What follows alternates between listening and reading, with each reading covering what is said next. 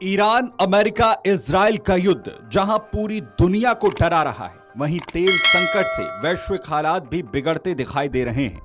कई बड़े देशों ने इस खतरे को देखते हुए पहले से तैयारी कर रखी है, लेकिन दूसरी तरफ कंगाल पाकिस्तान की कंगाली में आटा गीला होता हुआ नजर आ रहा है। हालात ऐसे हो चुके हैं कि लोगों की प्लेट से खाना गायब होने लगा है, स्कूलों तक को बंद करना पड़ रहा है। इतना ही नहीं, रमजान के महीने में इफ्तार पार्टियां नहीं हो पा रही।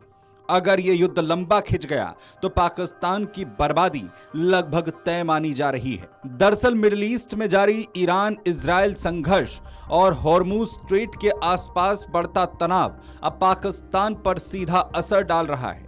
अंतर्राष्ट्रीय बाजार में कच्चे तेल की कीमतें $100 प्रति बैरल के पार जा चुकी हैं।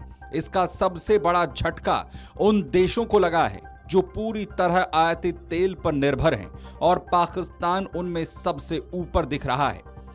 तेल की कीमत बढ़ने से पाकिस्तान की सप्लाई चेन ध्वस्त होती हुई दिख रही है। पेट्रोल डीजल के दाम आसमान छू रहे हैं और सरकार के सामने ऊर्जा को लेकर बड़ा संकट खड़ा हो गया है।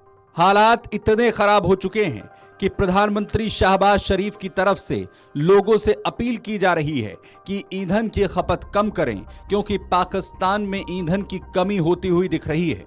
वहीं ईंधन की खपत कम करने के लिए देश भर के स्कूल 2 हफ्तों के लिए बंद करने का फैसला लिया गया है। साथ ही कॉलेज और यूनिवर्सिटी की क्लासेस को ऑनलाइन कर दिया गया है, ताकि छात्रों और स्टाफ की आवाजाही कम हो, तेल की बचत हो सके।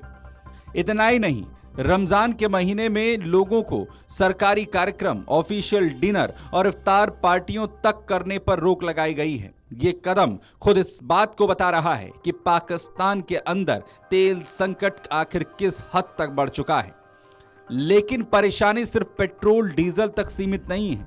रमजान के महीने में पाकिस्तान में खाने पीने की चीजें भी आम लोगों की पहुंच से बाहर होती जा रही हैं।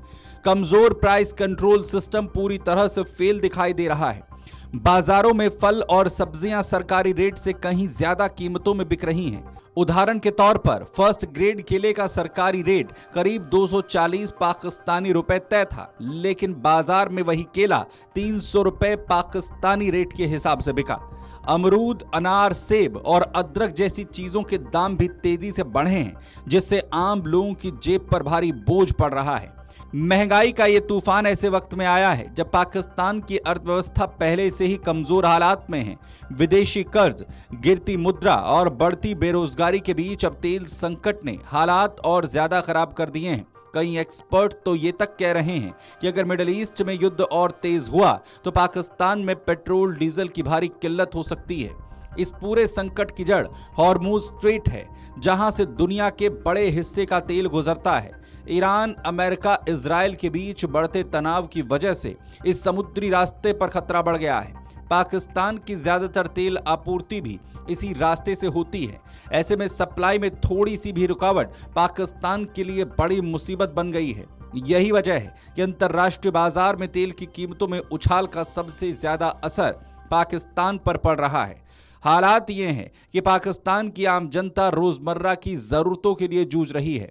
महंगाई इतनी तेजी से बढ़ रही है कि लोगों के लिए घर चलाना मुश्किल होता जा रहा है।